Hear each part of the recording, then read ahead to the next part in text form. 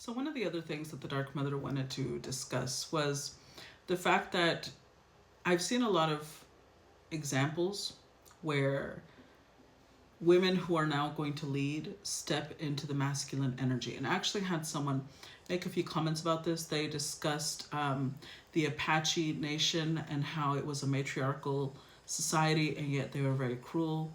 That person also brought up Wu Zetian, which is one of the few empresses of China, who was also not a very kind person.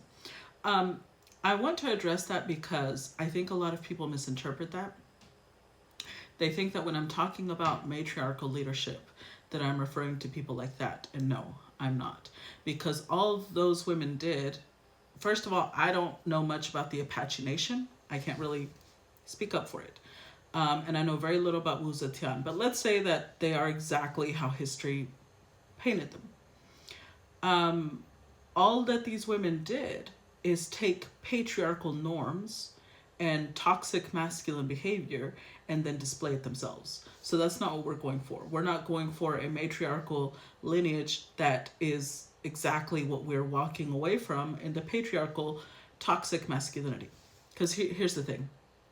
One of the reasons that it is better and wiser for the matriarch to lead is because whenever Martian energy, Mars energy, masculine energy is put in leadership, it gives push, impetus.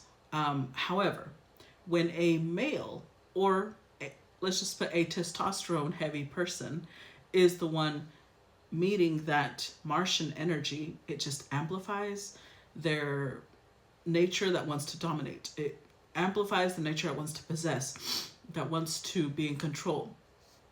Whereas the matriarch, who is more, if we want to talk about it on a hormonal level, it's more estrogen led, it's more, intuitive and softer. Then when they get that Martian energy, it's already going to be tempered. As long as the feminine herself is in a healthy feminine place and she does not see masculinity as a toxic thing, she will display the healthy masculine archetype where she will only be assertive but not aggressive. She can be a warrior but to protect, to defend, not to colonize and conquer and destroy. And it's a balance. We are not looking, the Dark Mother's objective is not to destroy the current system and replace it with one exactly like it, just with women leading. No. It's about a whole different type of leadership, a whole different type of world. It's about showing true leadership. And one of the reasons that the male gender struggles with it a lot is because this world has been in a patriarchal mindset for millennia now. And so they don't really know how to access their feminine. It is looked down on. It is, when men embrace their feminine, they're looked at like they're weak, like they are faulty somehow, like there's something wrong with them and they can't be somebody that's respected. So it is more natural at this point, and I'm not saying it's always going to stay this way, at this point, it is more natural for a feminine to be able to embrace the masculine and step into her strength than it is for a male to step into their feminine. That's very difficult. I'm not saying they don't exist. I would say that 3 out of 4 masculines are toxic and 1 will be the safe masculine. So they are definitely out there. They definitely exist. They're not super rare. 25% is still a pretty decent number, but unfortunately 75% would still be more unsafe. So to even those numbers out for now, that is why it has been encouraged for the feminine to be able to step into their masculine instead of waiting for the masculine to recognize the value of the feminine and embrace it wholeheartedly. So this is going to be a theme that's going to be recurring over and over. We are not, okay, how to put this? Today, the message that came through from her, and it came through yesterday too, the one of, in the collectives that I did, the tarot readings. Many are called, but few are chosen. She changed it. I believe Plato, the one that came through was from Plato. Plato said, many are torchbearers, but few are Hecateans. So you'll know whether someone is truly guided by Hecate by the way they live their life, by whether this is someone who is in balance with both their feminine and their masculine, whether they are male or female. They will be in balance. They're not afraid of their subconscious. They're not afraid of the darkness. They're not afraid of the opposite gender. They're not somebody who's trying to dominate or control regardless of what they're doing. There's somebody who seeks to empower others. There's somebody who seeks to educate others and inform them. They are somebody who wants to guide, but not forcefully. It is never somebody who's trying to dominate and control, because then again, regardless of whether they're female or not, they are in their toxic masculinity. I'm not going to say that you can't ever, get aggressive, but again, it's very, very selective. If it's a female or a male, they will not be known for their aggression. That will be something that occasionally will be brought out because occasionally it's needed, right, to defend or to protect. But it is not their whole persona. It's just a facet of them. Just like right now, right? I know a lot of you are kind of like, well, if God is feminine, why right now are we focusing on the dark part of them? Because they are a multifaceted being. But unfortunately, the only facets that society has exalted is the loving facet. It's the compassionate facet. It's the unconditional giving facet. Look at what deities they've allowed to be well known.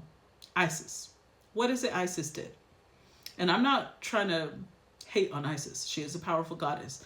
But she was so willing, when her husband got killed and chopped up into different pieces and his body scattered throughout the earth, that's why they exalt her as a goddess, because she went to the ends of the earth to look for her husband's body, put him back together, brought other deities in to help her, bring him back to life.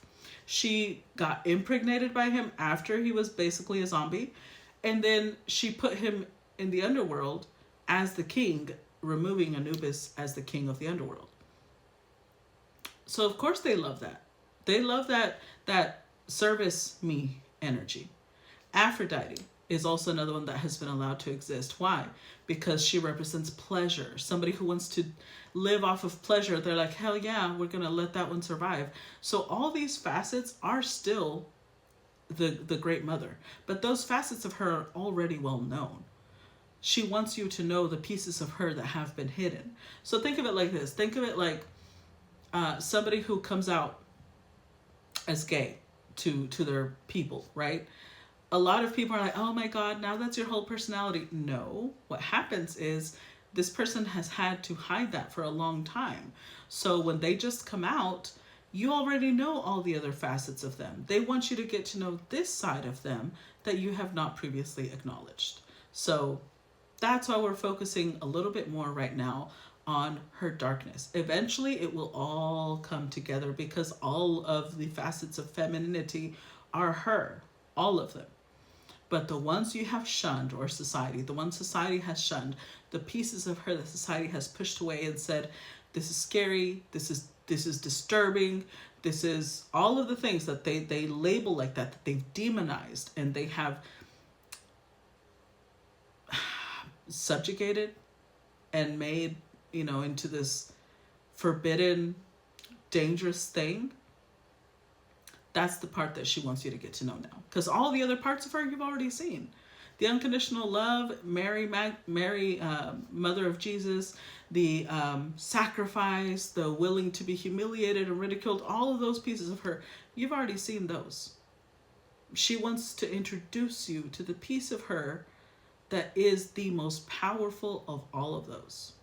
The piece of her, the authenticity, because even vibrationally, authenticity is on a higher frequency than love. So she wants to show you the most powerful part of her that brings all of those other facets together. And if you have a problem with that, you need to examine why. Why are you scared of those? Is it because it's been indoctrinated in you and you're too scared to open up to new things? So that's what we're going to be focusing on. That's why we're focusing on this right now. That is all you're going to hear from me, because you know the rest of her.